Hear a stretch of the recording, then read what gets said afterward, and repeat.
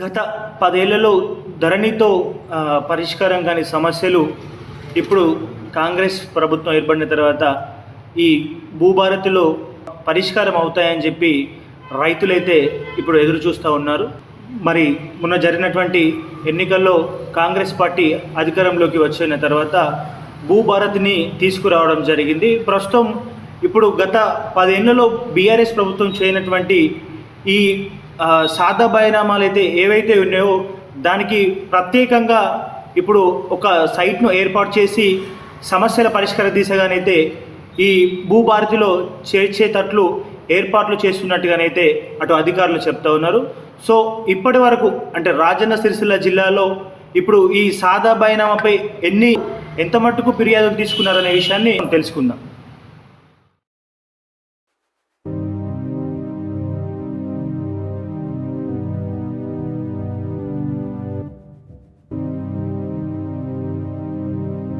భూభారతి సాదా బైనామాలపై ఎప్పుడు కరుణిస్తుందోనని దరఖాస్తుదారులు ఎదురు చూస్తున్నారు.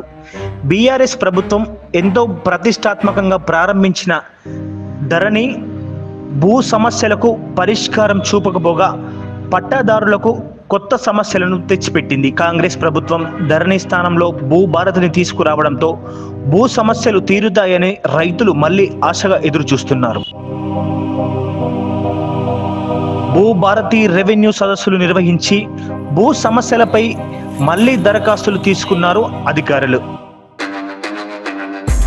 భూభారతి సదస్సులో అసైన్డ్ భూములు సమస్యలతో పాటు సాదా బైనామా సమస్యలు ఎక్కువగా దరఖాస్తులు వచ్చాయి. రాజన్న సిరిసిల్ల జిల్లా వ్యాప్తంగా 6,787 దరఖాస్తులు రెవెన్యూ అధికారులు సదస్సుల్లో తీసుకున్నట్లు చెబుతున్నారు. వీటిలో సాదా బైనామా దరఖాస్తులు 1,675 వచ్చాయని, దరఖాస్తుల పరిష్కారానికి రెవెన్యూ అధికారులు కసరత్తు ప్రారంభించినట్లు తెలుపుతున్నారు. జిల్లాలో ప్రధానంగా రైతులు ఎదుర్కొంటున్న సమస్యల్లో దాదాపు 10 ఏళ్లుగా ఇబ్బంది పెడుతున్న సమస్య సాదా బైనామాలు. సాదా బైనామాలు పరిష్కారం పేరిట గత ప్రభుత్వం 2016లో జీవో నెంబర్ 153ను తీసుకొచ్చింది. 2014 జూన్ 2వ తేదీ ముందు సాదా బైనామాలు భూములు కొనుగోలు చేసిన రైతుల నుంచి దరఖాస్తులను స్వీకరించారు. చట్టభద్రత కల్పించాలని భావించారు. ఇందుకోసం 2020 అక్టోబర్ 12న జీవో నెంబర్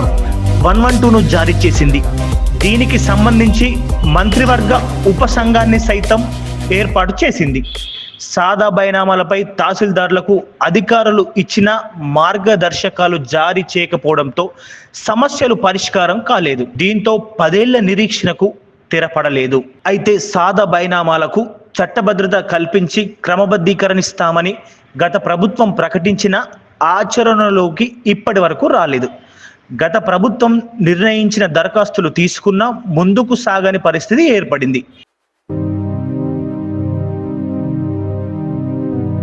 కాంగ్రెస్ ప్రభుత్వం తెల్ల కాగితం ఒప్పందాలకు చట్టభద్రత కల్పించాలని తెలంగాణ భూభారతి బిల్లు 2024 ద్వారా సాదా బైనామాలో క్రమబద్ధీకరణకు భూభారతి పోర్టల్ ద్వారా రైతులందరికీ పట్టాదారు పాసు పుస్తకాలు అందించాలని నిర్ణయించారు. గత ప్రభుత్వం 2020 సంవత్సరం నవంబర్ వరకు సాదా బైనామాల దరఖాస్తులను స్వీకరించింది. రాజన్న సిరిసిల్ల జిల్లాలో ఇప్పటి వరకు 15,000 మందికి పైగా సాదా బైనామాలకు దరఖాస్తులు చేసుకున్నట్లు అధికారులు అంచనా వేస్తున్నారు.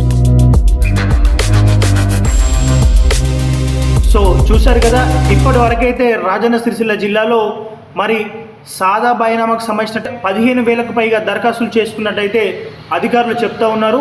అయితే ఈ సాదా బైనామాకు సంబంధించినటువంటి అంశం ఏదైతే ఆ సమస్య ఏదైతే ఉందో తీర్చాలని చెప్పి మరి ఇప్పుడు వచ్చిన కాంగ్రెస్ ప్రభుత్వమైనా తీర్చాలని చెప్పి ఒక పక్క రైతులు వేడుకుంటున్నటువంటి పరిస్థితులు ఇప్పుడు మనకు కనిపిస్తూ ఉన్నాయి.